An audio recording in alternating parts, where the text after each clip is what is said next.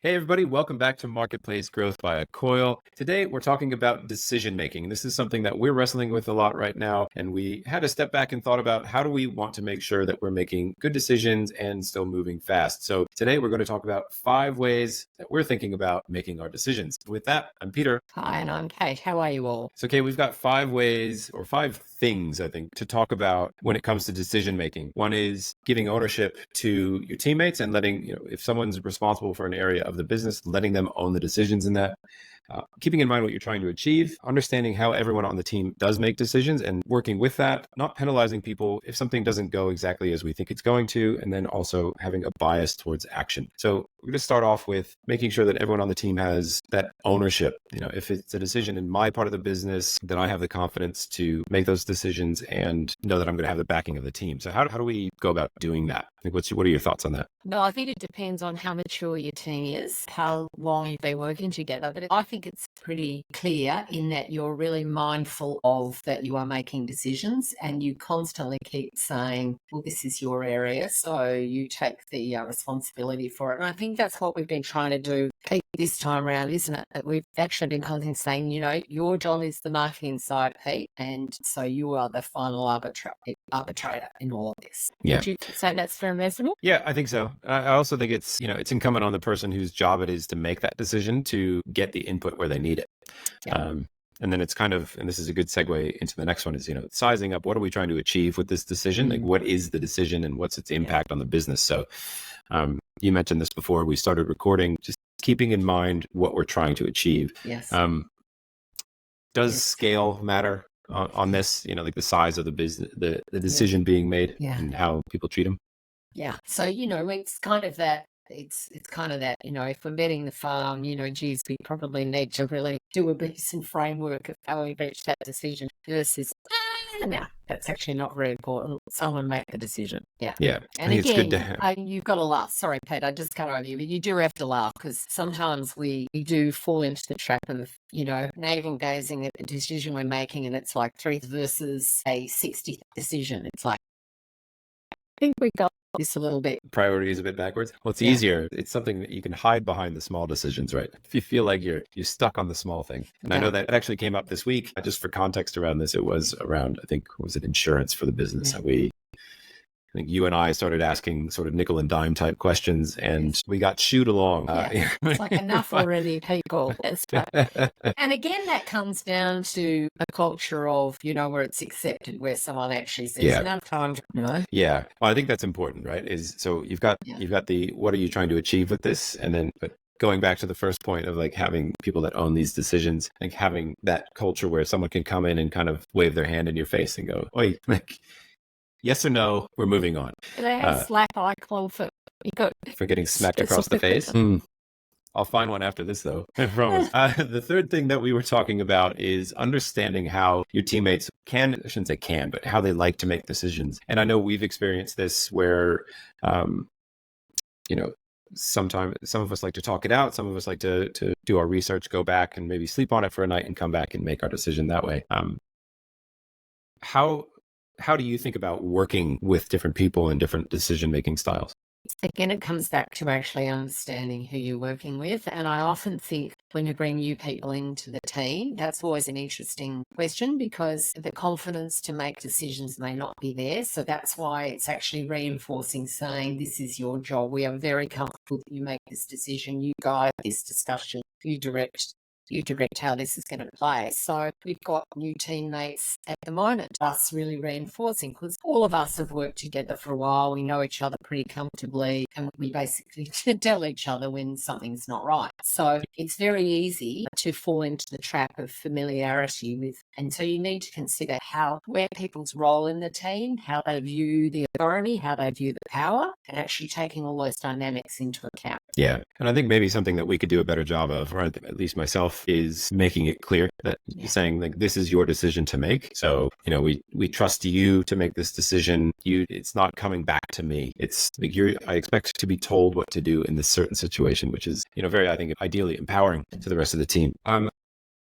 One of the things that you mentioned in terms of decision-making styles that I just wanted to touch on is that cost-benefit analysis. And this kind of goes back to what are we trying to achieve and sizing up these different things. But walk me through how you think about decisions with that frame of cost and benefit. Well, I mean, for a start, I always overlay the risk, as in, like how big is this for the business? What does it mean in terms of revenue? What does it mean in terms of the customer? What does it mean in terms of team morale and culture? So I always kind of think through those lenses, and then it's really just the pros and cons. And my experience, the difficult decisions, I've always got competing pros and cons. It's not clear cut, and that actually makes it quite difficult, which I think is where people get back down to when you can't make a clear decision either way. It is probably no. And so for me, it's just quite unconscious. I'm quite analytical, but I don't necessarily, it doesn't appear like that to the outside world, and I'll literally have a clicking pros and cons, pluses and minuses happening in my brain, and I go, yeah, this is one I don't need to fuss about. Yeah.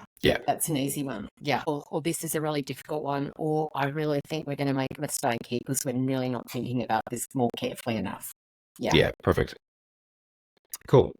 The fourth one that we have here is not penalizing people for decisions made that don't turn out the way that we think. The way I have it written down is, no penalties for getting it wrong. I don't know if I like that framing as much as we have a culture of learning, right? Yeah. So that to me is more important than getting every decision 100% right. I'm not sure how we necessarily enforce that, and I shouldn't say enforce that either, should I? It's how do we build that in a company to say,